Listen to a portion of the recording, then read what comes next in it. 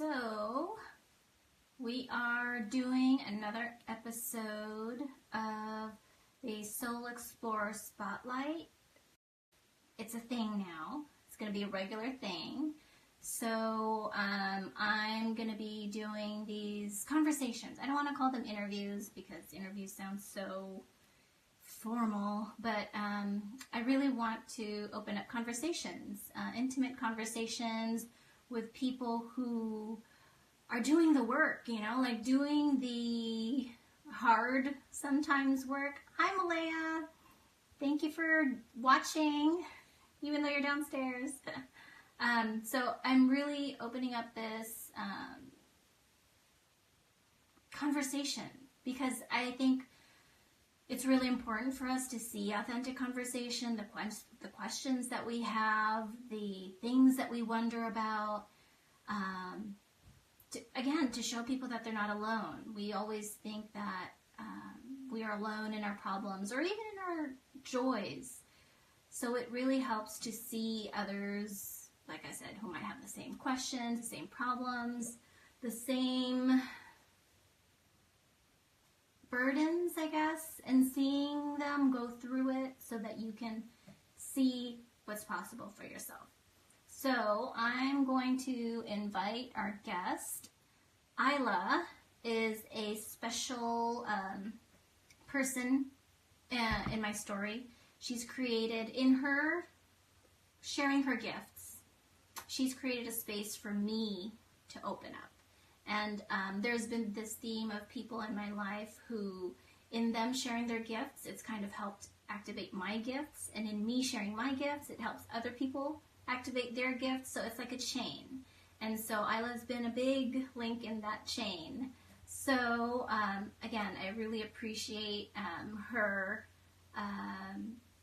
willingness to do the work. And so we're gonna be talking today about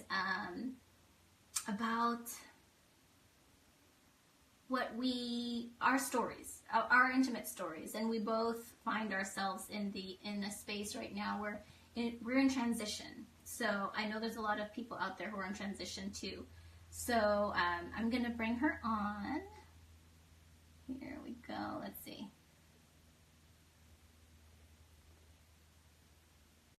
Okay, let's see. I've never done this type of live before, so bear with me. Bear with us. Okay. Ooh. There's Isla. Hi. The sound is so strange. Do you have earphones on? I'm going to go grab them. Okay. Let me do that. I'm going to talk about how I met you first while you grab them. Okay. While you're doing that. So Isla, how I met Isla. I met her a couple of years ago. I actually met her through Instagram. A lot of my connections, my deep soul connections, are started on the internet. So I think I learned or was connected to Isla through another Instagram person, Annie.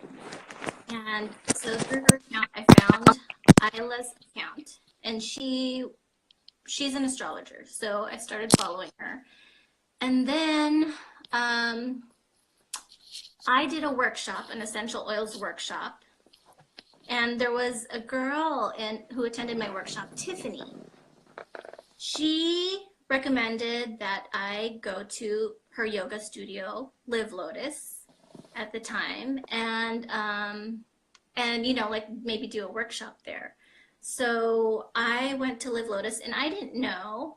I think I found out before I went to Live Lotus that Isla was connected to Live Lotus. So somehow our connections, it was like following a trail of breadcrumbs that kind of led me to Live Lotus. And then so Isla, I think was just joined Live Lotus at the time. And so she was kind of heading, I don't know if you called it understanding at the time. No, that wasn't there yet. It was just facilitating workshops, doing some classes. Yeah. But you were kind of like handling the like the spiritual side, like, I think so. the Yeah, I think that. exploration. Yeah, Yeah. yeah. And so I approached Isla wanting to do like essential oil workshops at Live Lotus. And then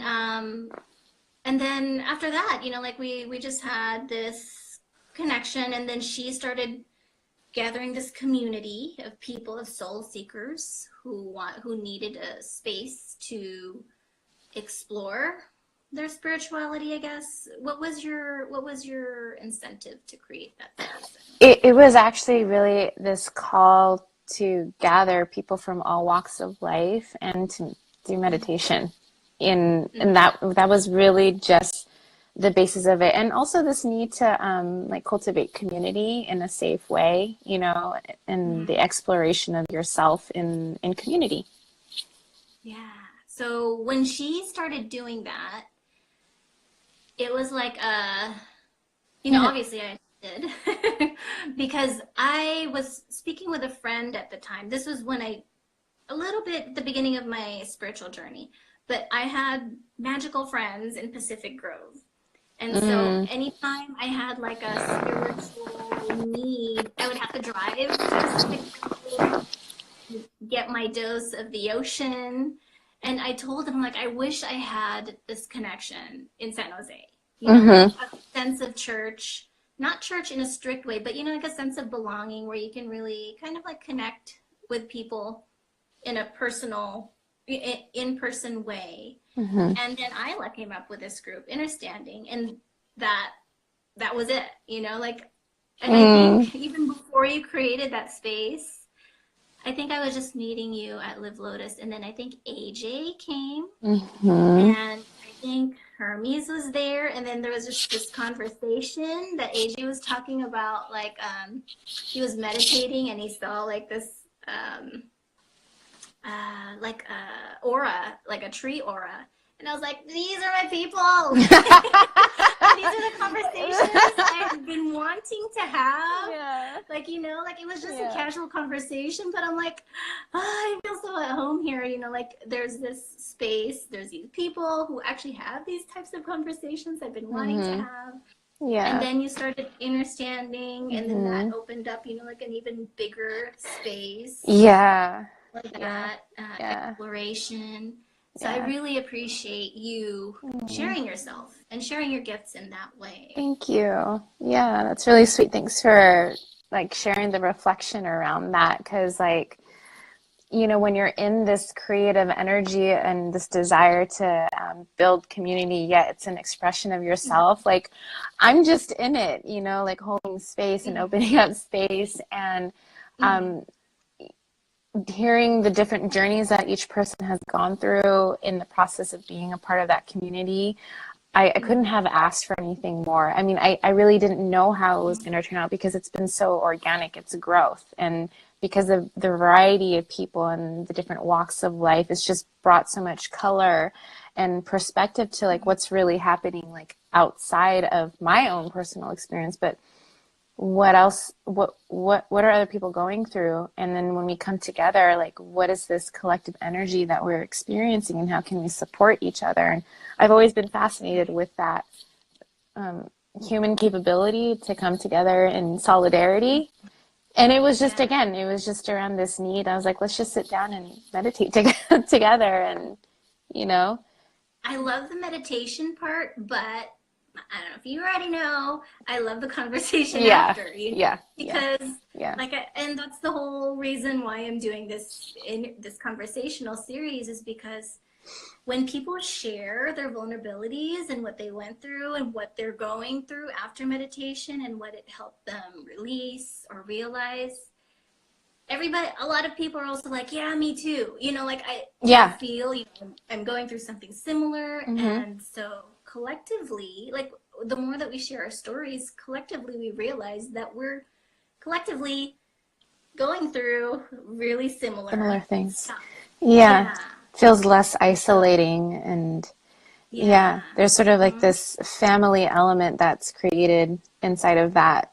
And Yeah. for me, that was really important coming from a background where I didn't have stability in my home and I didn't feel comfortable at home. It's like, how can I know in my heart that there is something possible, and when it comes to family, when it comes to home. And so how can I create that? It's kind of like, be the change that you, I'm probably messing up the thing. It's like, be the change you The want to, change that you seek or want to see in the world. something like that. Yeah. Yeah. Sorry, people. Yeah. But that's sort of a thing for me. Like, that's part of the fire I have, is like, okay, there's this obvious thing that feels is possible. For me, it's like, how can we commune together in a healthy, beautiful way? And so the inspiration was there to kind of create that, and also the organicness of just allowing it to show what it's going to be, and Yeah.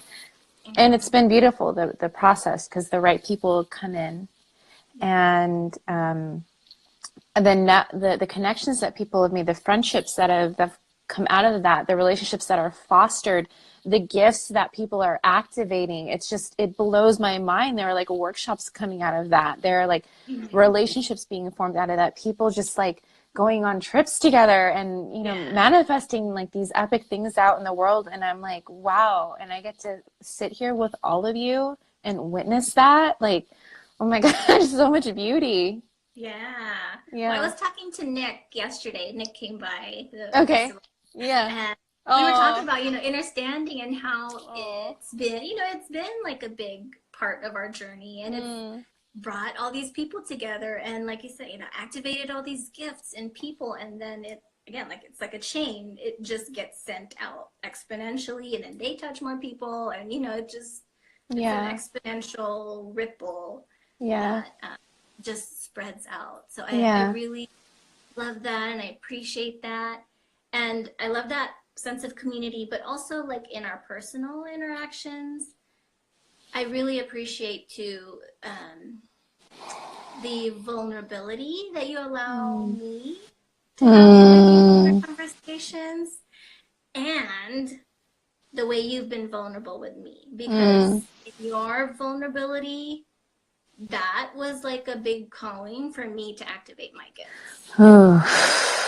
So when you shared moments where you needed help, and then I think I remember you asked me if I knew anybody who did the past life regression, and I was studying soul realignment at the time, but it was so tedious that I didn't even want to do it. But when you asked me, do I know anybody, or if I can do a reading for you, even though you knew, like, I didn't finish it, I didn't know it yet. But that prompted me to just, okay, I'm almost done anyways, let me just finish it. So that prompted me to, just stick the process, finish it through. And then, I was able to be of service to you, and that, triggered all of this. You're up to some awesome things right now. Yeah, and then even just from that conversation again, it triggered another thing, because later when another thing came across, about past life regression, that made me curious again, and that's how I explored quantum healing hypnosis. So, like I said, just our interactions, even if they're not everyday kind of interactions, they're very powerful in those moments of vulnerability and authenticity, you showing yourself, me showing myself, even in our states of unknowing and uncertainty. I don't know, but I'll try. I'll give you what I can, Yeah. So it's very powerful, those moments. So I appreciate it. Thank you for the reflection. Yeah, it's definitely been really comforting to be able to connect with you as I'm uncovering, unlayering, unpacking a lot of things. And sometimes what I find in myself that could be restrictive when I'm feeling like blocked and able to express is because there's like a lack of safety in the person that I'm sharing it with, and that could be just a projection that I'm having. But just to appreciate you, it's been really sweet and easy to share with you just like my own personal journey, and to get excited about the things that we get excited in, and to get really raw and like, this is fucking crazy about the stuff that we're experiencing, and then also come to the other side of it and say, hey, like there's something alive here that we want to create and share with the world as a gift, just to help other people along the way. not saying like, hey, I've got all the answers here. But I have maybe a tool or an ear or just some insight that could be helpful and useful. And that's been a huge journey for me too, is like sharing my story, like just my vulnerability, like who I am, and being comfortable that my presence and my experiences are enough, you know, because it could be like, oh, you know, I need to be certified in this, or I need to have this method, this technique or modality. And I totally appreciate and recognize and validate that whole thing. But that's, for me, that hasn't been my path completely. Like I've done some trainings in certain things and I've studied a lot, but it's been my raw human experience that's given me the most like rich data to share. Yeah. And and for me, I think that's, at least in my experience, the most relatable pieces. Like this is how we can connect with each other, because I'm experiencing this as a human being, you know, and you probably are too on some similar wavelength. And so let's meet there. And then we got some cool techniques and gifts and stuff like that we could share with each other, you know. Yeah. But that's something that I guess I wanted to share with people, is that you don't necessarily have to, and you know, this is just my opinion around it, but it's just share your presence. Yes. It's Like enough. Yeah. it's enough, you know. Getting too caught up in like the how to of it all can be, it's useful and it's a tool. But there's this layer of detachment. And I think at the end of the day, it's like we're just like wanting to connect our hearts, or realizing that we are actually connected, and kind of removing the barriers around that. And I really thrive in those kinds of connections. And yeah. You know, like I think structure, you know, it's kind of like a recipe. These, you know, methods or recipes. Once you learn a recipe, you are free to create, you know, like add your own thing, you know, add your own flavor, do your own innovations on a recipe.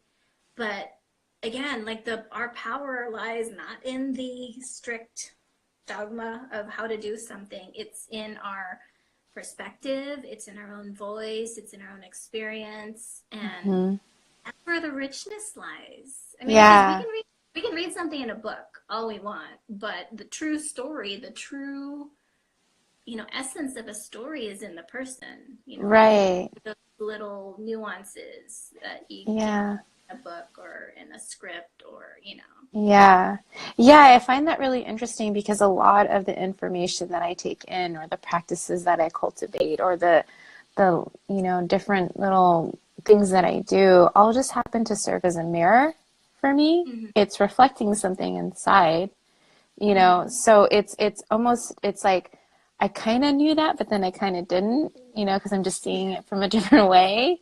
And for me, just to simply share what my experience has been inside of, let's say, a meditation practice that I cultivated, or something that I read in a book, and then allowing it to move through my field of awareness and my perspective and my experience, and then offering that out, at least for me, is healing, and a way of connecting and allowing myself to, you know, like belong and matter and be a part of something, because I'm just expressing who I am, as opposed to, well, how do I show up to this so that I give you what I think you want from me.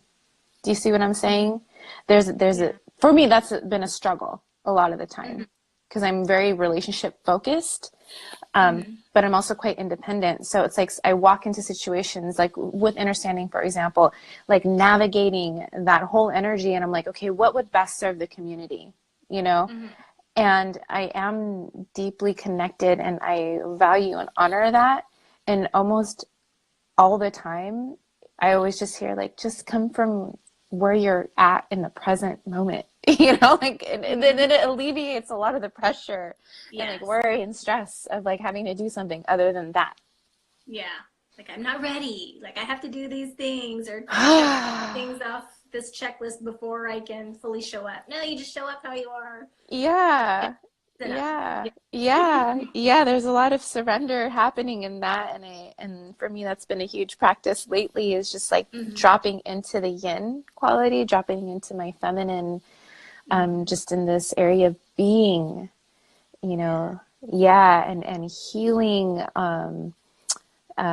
all of those ways and then activating the masculine energy when necessary. But it's like the balance of the two, marrying the two and like this harmonious flow that's a reflection or true expression of me. But right now it's been about like, okay, how do I actually like embody my feminine in this new way? And it's a lot about just being and less in the mind of things, like trying to figure it out and strategize and da-da-da. Because I have that energy. It runs pretty strong in me. Very cerebral at times in overthinking and analyzing. But then I also have like this really deep feminine quality. Yeah, so the dance of the two has been quite the journey to this point. Yeah. Well, I think that's what's cool about the journey. You know, we're never confined to one point. Where, you know, we always have freedom to explore, you know, what's down the path, and that's whether that's a different version of ourselves or coming back to the same, you know, like having to loop around and come back to the same. Yeah. You know, we're free to explore what that looks like, you know, and Yeah. shift, and flow, and move through the whole process. Yeah. And I think it's, you know, we always, I guess with you kind of like leading community, I would assume, I'm assuming, that, you know, people might look to you to always know, you know, what is needed or what needs to be served or how to be present. But, Yeah, I'd love to.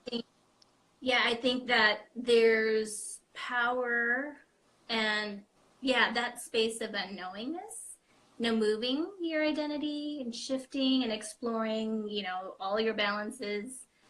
I think that's where the most powerful growth comes from, in that space of not knowing, because then you're open to possibility instead of Yeah, thank you for bringing that up because that's been a huge thing for me just in the last few months. Like it was in my face really strong of, I think this masculine, I'm talking a lot about that because it's alive in me right now, but there's this like masculine quality of like, I need to have these answers. I need to be insightful. I need to kind of know what's going on. I need to give direction. I need to delegate. I need to, you know, just kind of execute. And I was having a lot of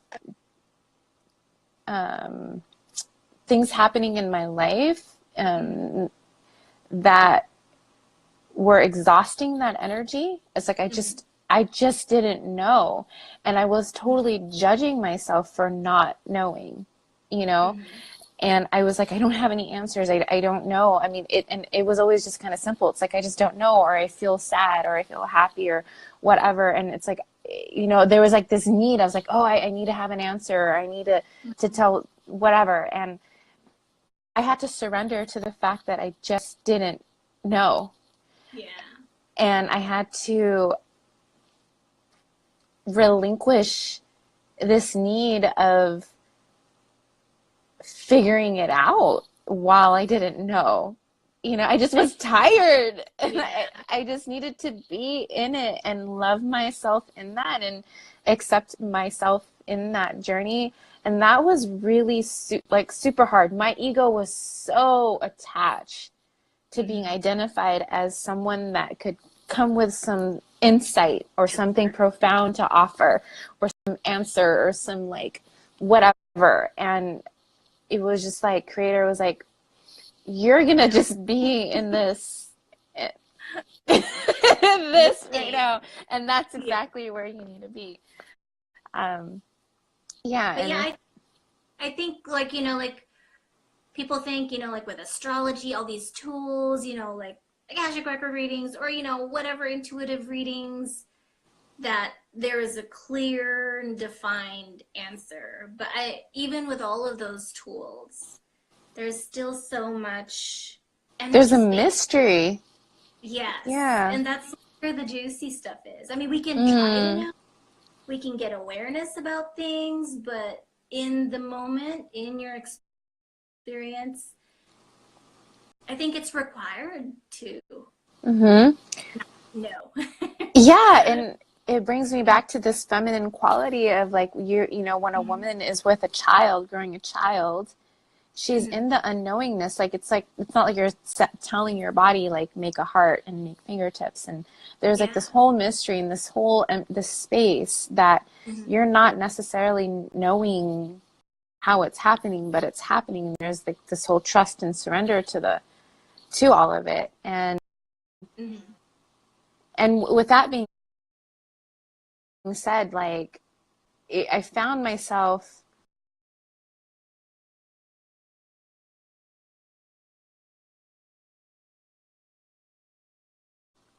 although it felt easier for me to sit with other people and kind of give perspective or understanding to, like, if they were sharing something that was going on with me, I could empathize and relate in my way and offer some insight. But when it came to my own personal, like, what's happening here and like cultivating an answer for myself, that's where things started getting really fuzzy. And I again, it was just like my ego was like wanting to come up with an answer and wanted to know now. And yes. I'm always in that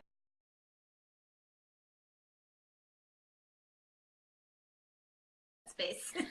I think most of us are, there's just like this level of impatience, and it's kind of hilarious, like us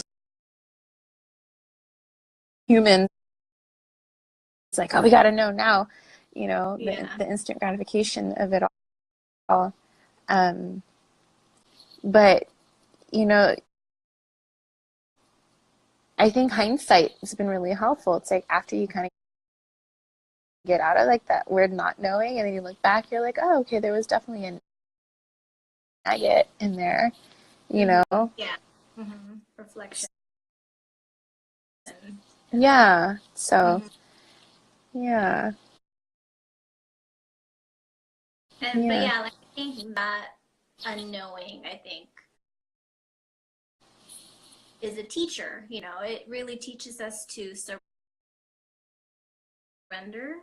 And what I'm experiencing now, after how old am I? 38, I think. 39. 39. Yeah. But like after 39 years, I'm just now realizing that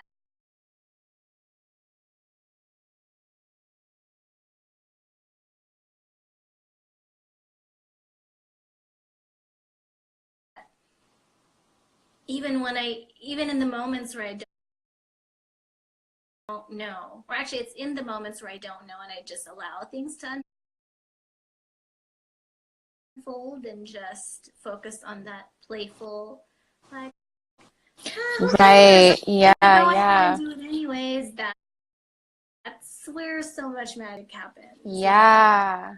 Instead of in the control phase where it has to go according to plan. Yeah, forcing an outcome, and it doesn't give room for flow and inspiration. But what I can say about that,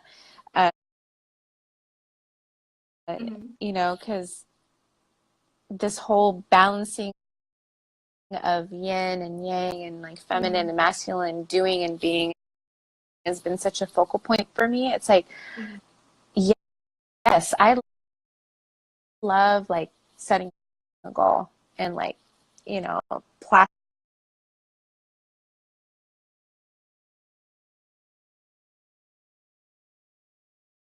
plastering it on my whiteboard and like having my points and like being on my action list, like it's really helpful for me to have that. But when I find myself like really sticking to it and not allowing the room for play and just kind of not knowing and stuff like that, it can just feel really exhausting and feel very robotic and just like kind of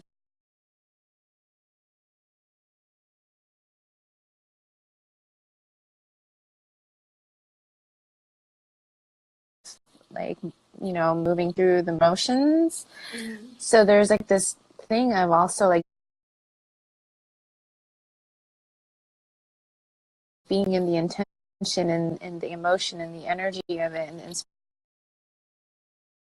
inspiration, allowing like these.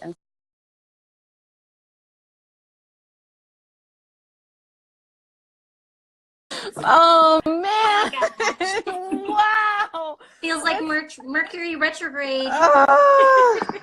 Wow! What was that about? What was that I don't know.